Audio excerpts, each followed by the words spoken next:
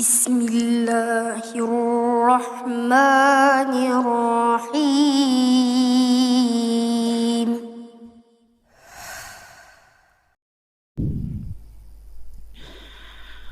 Amma ba'du ma'asyiral muslimin yang dimuliakan Allah subhanahu wa ta'ala dimanapun antum berada. Alhamdulillah di malam hari ini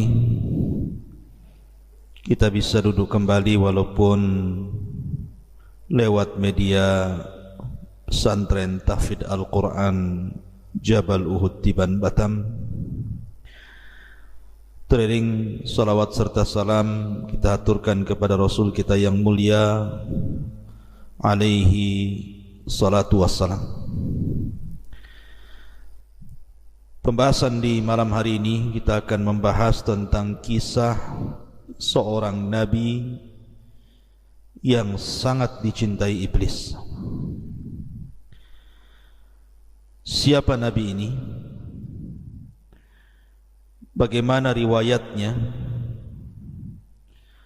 Kenapa pula iblis suka dengan seorang nabi? Padahal iblis adalah musuhnya para nabi. Ma'asyiral muslimin yang dimuliakan Allah subhanahu wa ta'ala, sebagaimana yang sering kita dengar bahwa iblis adalah makhluk yang terlaknat yang Allah subhanahu wa ta'ala ciptakan sebelum Allah menciptakan manusia, bahkan menempati bumi sebelum manusia menempati bumi. Dan Allah subhanahu wa ta'ala ciptakan dari api, bahkan sebelum iblis dilaknat oleh Allah subhanahu wa ta'ala, dia termasuk makhluk yang sangat dimuliakan, bahkan hidup di alam para malaikat. Akan tetapi ketika Allah subhanahu wa ta'ala menciptakan Adam dari tanah, kemudian meniupkan ruh langsung oleh Allah azza wa jalla, dan Allah perintahkan para malaikat untuk sujud, tetapi iblis enggan sujud, bahkan sombong, bahkan tidak mentaati perintah Allah. Dari sini Allah subhanahu wa ta'ala laknat iblis sampai kiamat. Ma'asyiral muslimin yang dimuliakan Allah azza wa jalla, maka sebab laknat Allah kepada iblis inilah, maka permusuhan iblis kepada Bani Adam akan terus sampai kiamat dan akan berusaha untuk menyesatkan mereka. Akan tapi ada satu kisah yang disebutkan dalam beberapa literatur sirah dari Abdullah ibn Umar radhiyallahu anhuma. Dia mengatakan, laqiya iblisu Musa. Suatu ketika iblis ini berjumpa dengan Nabi Allah Musa alaihi salatu wassalam. Faqala, dan mengatakan, ya Musa, anta alladhi istafaka Allahu birisalati wa kallamaka takliman. Kemudian, wahai Musa, sesungguhnya Allah telah memilihmu dengan risalahnya, dan ia telah mengajak bicara denganmu dengan pembicaraan. Artinya Musa adalah kalimullah. Kemudian dia mengatakan, wa ana uridu an atuba fashfa'li ila rabbi. Saya sebenarnya, wahai Musa, ingin bertobat, kata iblis. Bisa enggak kau berikan syafaat kepadaku agar Rabbku mengampuni diriku sehingga semua dosa-dosaku diampuninya. Maka Musa alaihi salatu wasallam mengatakan, na'am ya. Maka Musa pun kemudian menghadap Allah. Fada'a Musa rabbahu, maka Musa pun memohon kepada Allah atas permintaan iblis itu. Maka di lain waktu iblis datang lagi kepada Musa dan mengatakan, ya Musa, wahai Musa, sudahkah kau sampaikan hajatku kepada Allah? Maka Musa mengatakan, ya, aku sudah sampaikan hajatmu kepada Allah. Kalau engkau ingin diampuni dosa-dosamu, kata Musa, maka Allah subhanahu wa ta'ala, qad amarta an tasjuda li qabri Adam. Syaratnya sujud kau ke kuburan Nabi Adam. Wa yutabu alaika, itu syarat Allah akan mengampuni dosa-dosamu. Ketika mendengar bahwa syarat diterima tobatnya harus sujud di kuburan Adam, fastakbara wa ghadib, tiba-tiba dia sombong dan murka dan mengatakan, lam asjud lahu hayyan fa kaifa asjud lahu mayitan. Wahai Musa, aku tidak pernah sujud kepada Adam di waktu Adam hidup, bagaimana pula aku sujud kepada Adam ketika Adam sudah mati? Mustahil bagiku. Kemudian iblis mengatakan, ya Musa, innalaka alayya haqqan bima syafa'ta li ila rabbik. Wahai Musa, sekarang aku memiliki hutang kebaikan kepadamu, hutang budi kepadamu, karena engkau sudah berusaha untuk menjembataniku untuk bertobat kepada Rabbmu. Fadkurni, maka ingatlah aku, kata Musa, kata iblis, inda thalathin, pada 3 perkara. Ingat aku pada 3 perkara, dan aku akan berusaha untuk menghancurkannya. Pertama, udhkurni hina taghdab. Ingat aku, wahai Musa, ketika engkau murka, ketika engkau marah.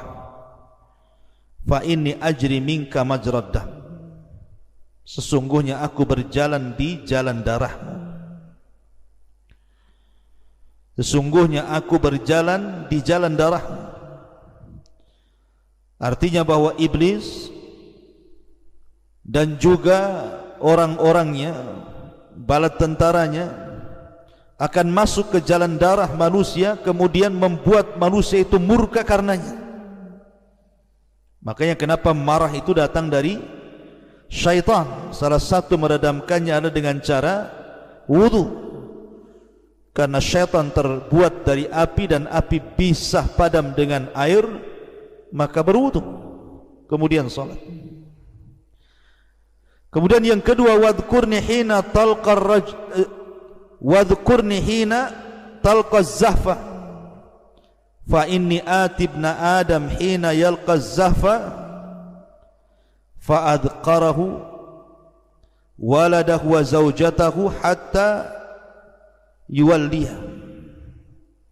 Ingat aku, wahai Musa, ketika engkau berjumpa dengan musuh dalam peperangan, karena aku akan datang kepada Bani Adam ketika mereka sedang berjihad, berperang melawan musuh di pertempuran, dan akan diingatkan dengan anak dan istrinya sehingga dia takut mati, akhirnya lari dari peperangan. Kemudian yang terakhir, wa iyyaka an tujalisa imra'atan laysat bidzati mahramin fa inni rasuluha ilaik wa rasuluka ilaiha. Dan ingatlah diriku, wahai Musa, bahwa hati-hati, tidak boleh engkau berdiam diri dengan seorang wanita yang bukan mahramnya, karena sesungguhnya aku adalah utusan yang akan menggoda dirimu dan menggoda si wanita itu. Maka kata syaitan, kata iblis, ingatlah 3 perkara ini. Bani Adam akan hancur kalau mereka tidak ingat bahwa itu perbuatan iblis. Riwayat ini disebutkan oleh Al-Imam Ibnul Asakir dengan sanadnya dalam Tarikh Dimaski, dan juga Imam Ghazali dalam kitab Ihya Ulumuddin, dan juga Ibnul Jauzi dalam kitabnya Talbis Iblis, dan beberapa juga para ulama mencantumkan dalam kitab-kitab mereka. Ma'asyiral muslimin yang dimuliakan Allah Subhanahu wa taala, termasuk juga Al-Imam As-Suyuti mencantumkan dalam tafsirnya ketika memberikan catatan kepada surah Al-Baqarah 31 sampai 33. Wa 'allama Adama al-asma'a kullaha thumma aradahum 'alal malaikati faqala anbi'uni bi asma'i haula'i in kuntum shadiqin. Qalu subhanaka la ilma lana illa ma 'allamtana innaka antal alimul hakim. Qala ya Adamu anbi'hum bi asma'ihim falamma anba'ahum bi asma'ihim qala alam aqul lakum inni a'lamu ghaibas samawati wal ardi wa a'lamu ma tubduna wa ma kuntum taktumun. Dan Allah telah mengajarkan seluruh nama-nama kepada Adam, kemudian ditampakkan kepada para malaikat, kemudian dikatakan, beritahu diriku nama-nama mereka jika kalian adalah orang-orang yang benar. Maka para malaikat mengatakan, maha suci engkau, tidak ada pengetahuan bagi kami kecuali apa yang kau ajarkan kepada kami. Engkau zat yang maha mengetahui lagi maha bijaksana. Maka Allah firmankan, wahai Adam, beritahu mereka para malaikat dengan nama-nama mereka. Maka tatkala Adam beritahu mereka para malaikat dengan nama-nama mereka, maka Allah Subhanahu wa taala katakan, bukankah sudah kukatakan kepada kalian, sesungguhnya aku mengetahui kegaiban langit dan bumi, dan aku mengetahui apa yang tampak dan apa yang kalian sembunyikan. Al-Imam Asy-Syuyuti dalam kitab Ad-Durar Nuthur ketika memberikan catatan kepada ayat ini, beliau membawakan sebuah riwayat daripada Imam Akhrajahu Ibnu Abi Dunya, dikeluarkan oleh Ibnu Abi Dunya dalam Makayidus Syaitan dari Abdullah ibn Umar radhiyallahu anhuma. Riwayat yang kurang lebih dengan riwayat yang saya baca di atas. Jadi iblis itu suka dengan Nabi Musa alaihi salatu wassalam, karena Musa itu memang nabi yang dekat dengan Allah Azza wa Jalla dan suka berdialog. Maka disematkan kepada Musa kalimat Kalimur Rahman, nabi yang suka berdialog dengan Allah. Karena di antara 25 nabi dan rasul yang dikenal dengan Kalimur Rahman itu 3. Pertama Adam, yang kedua Rasul kita Muhammad sallallahu alaihi wasallam, dan yang ketiga Musa alaihi salatu wassalam. Adam ketika di sorga, Rasul ketika di Sidratil Muntaha, dan Nabi Musa ketika di Bukit Saina. Tetapi yang banyak berdialog dengan Allah Azza wa Jalla secara langsung tanpa perantara adalah Musa. Sehingga apapun yang dipesankan iblis kepada Musa, Musa bisa menyampaikan kepada Allah Subhanahu wa taala. Makanya dia berjumpa iblis suka dengan Nabi Musa dan mengatakan, ya Musa antal ladzi istafaqallahu bi risalatihi wa kallamaka takliman. Wahai Musa, engkau Rasul yang Allah pilih, dan engkau Rasul yang suka berdialog dengan Allah Subhanahu wa ta'ala. Bagaimana idza tubt, kalau aku seandainya bertobat kepada Allah Azza wa Jalla, apakah aku akan diampuni? Bisakah engkau menjadi perantara diriku dengan Allah? Isfa'li ila Rabbi an yatuba alayya. Bisakah kau menjadi perantara bagiku wahai Musa, bincangkan dengan Rabbku, maukah dia mengampuni dosa-dosaku? Artinya iblis di sini kepengen sekali bertobat sebenarnya, Maka kenapa iblis itu menangis apabila melihat seseorang itu sujud? Dan dia pun mengatakan, Allah perintahkan aku untuk sujud, aku pun tidak sujud, sementara hamba ini perintahkan sujud, dia sujud. Makanya suatu saat di masa Nabi Musa, iblis ini ingin bertobat kepada Allah Azza wa Jalla, dan dia minta kepada Musa sebagai perantaranya. Maka Musa pun fada'a Musa Rabbah, meminta dan berdoa kepada Allah Subhanahu wa ta'ala, menyampaikan permohonan iblis itu. Kemudian setelah Musa menyampaikan keinginan iblis, maka iblis datang kepada Musa, ya Musa, qad qadaita hajataka, wahai Musa, sudahkah engkau melaksanakan hajatmu? Kemudian falakiya Musa iblis, maka Musa pun berjumpa dengan iblis dan mengatakan, ya iblis, qad amarta an tasjuda li qabri Adam wa yutabu alaika.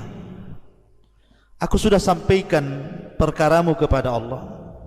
Allah hanya minta syarat kepadamu, sujud ke kuburan Adam, nanti Allah akan ampuni dosamu. Maka mendengar disuruh sujud kepada kuburan Adam, ghadib, murka langsung iblis itu, enggak terima. Maka dia mengatakan, lima asjud lahu hayyan asjudu lahu mayyitan. Kenapa aku harus sujud kepada Adam di waktu dia hidup, sekarang kau pula suruh aku sujud di waktu dia mati? Waktu Adam hidup saja aku enggak mau sujud, sekarang dia sudah mati kau perintahkan aku sujud? Oh tidak, aku tidak mau. Maka iblis mengatakan, ya Musa, annalaka alayya haqqan bima syafa'ta li ila rabbik. Wahai Musa, ada 3 perkara yang harus kamu ketahui sebagai imbalan bahwa engkau sudah berusaha untuk menjembatani diriku dengan Rabbku. Maka kemudian iblis pun menyebutkan 3 perkara tadi yang saya ulang. Pertama, ingat iblis ketika marah, bahwa marah itu berasal dari syaitan. Yang kedua, mengingatkan soal peperangan, bahwa lari dari peperangan itu adalah perbuatan iblis. Kemudian yang ketiga, seorang laki-laki yang berduaan dengan wanita yang bukan mahram, maka itu pun perbuatan iblis. Makanya Nabi SAW bersabda, la yakhluwanna rajulun bimra'ati illa wa thalithuhuma syaitan. Tidak boleh seorang wanita dan laki-laki berdua-duaan dan dua-duanya bukan mahram kecuali yang ketiganya syaitan. Ma'asyiral muslimin yang dimuliakan Allah Azza wa Jalla, inilah 2 riwayat yang disebutkan para ulama bahwa iblis itu menyukai Musa karena memang Musa bisa menjembatani dia dengan Allah Subhanahu wa ta'ala. Tapi ketika Allah sudah berikan putusan, dia bisa menerima tobat iblis dengan syarat menghilangkan kesombongannya untuk sujud kepada Adam, tetapi kesombongannya tidak mau hilang. Ma'asyiral muslimin yang dimuliakan Allah Azza wa Jalla, akan tetapi tentang 2 riwayat ini, Syekh Albani rahimahullahu ta'ala menganggap bahwa 2 riwayat ini lemah, sebagaimana disebutkan dalam kitabnya Al-Jami' As-Saghir pada nomor urut hadis ke 2213, bahwa hadis ini lemah, tidak bisa dijadikan sandaran. Tetapi 3 perkara yang disebutkan iblis itu sahih secara makna, karena banyak hadis-hadis yang mendukung tentang 3 perkara itu. Pertama, soal marah. Nabi SAW bersabda ketika seorang datang kepada Rasul minta diwasiati, dinasihati, diminta wejangan kepada Rasul, dan Rasul mengatakan, la taghdab, la taghdab, la taghdab, faraddada miraran, la taghdab. Jangan marah, jangan marah, jangan marah. Maka Rasul terus mengulang-ulang kalimat nasihat jangan marah itu, karena memang marah itu dari syaitan. Makanya Rasul mengatakan, kalau anda sedang marah di waktu berdiri duduk, kalau anda marah waktu duduk baring, kalau anda marah di waktu baring wudu, kalau anda masih marah juga salat, dan begitu seterusnya. Kemudian juga termasuk orang yang lari dari peperangan. Al-Imam Az-Zahabi rahimahullah ta'ala menyebutnya salah satu minal kabair, dosa dari dosa-dosa besar seseorang lari dari peperangan. Kemudian juga seseorang berkhalwah, riwayat-riwayatnya sahih. Tapi yang jelas bahwa walaupun demikian, maka iblis tetaplah iblis, makhluk yang sudah dilaknat Allah subhanahu wa ta'ala dan akan senantiasa menggoda kita. Oleh karena itulah hati-hatilah dari tipu daya iblis, karena iblis akan menggoda kita ini selangkah demi selangkah, setahap demi setahap. Mulai daripada yang berat, mengajak kita kesyirikan, menyembah selain Allah azza wa jal. Kalau tidak bisa, turun tensinya ke bawah, mengajak kita menentang Nabi dan Rasulnya dan menentang ajarannya. Kalau tidak bisa, maka turun ke bawah, mengajak kita untuk melakukan dosa-dosa besar. Kalau tidak, maka terus ke bawah, disuruhnya kita untuk melakukan dosa-dosa kecil. Kalau tidak bisa terus ke bawah, disuruhnya kita melakukan hal-hal yang tidak ada faedahnya, sehingga kita disibukkan dengan perkara-perkara yang tidak ada manfaatnya, sampai akhirnya kita terlena dengan godaannya. Makanya Allah mengatakan, wala tattabi'u khutuwatis syaitan, jangan kalian mengikuti langkah-langkah syaitan, karena syaitan itu aduun mubin, musuhmu yang paling nyata. Wallahu alam. Inilah tentang kisah seorang nabi yang sangat dicintai oleh iblis, Musa alaihi salatu wassalam. Namun sayang, riwayatnya dilemahkan oleh Syekh Nasiruddin Al-Albani rahimahullahu ta'ala dan juga para ulama yang lainnya. Mudah-mudahan manfaatnya. Subhanaka bihamdika asyhadu an la ilaha illa anta astaghfiruka wa atubu ilaik. Allahu ta'ala. Assalamualaikum warahmatullahi wabarakatuh.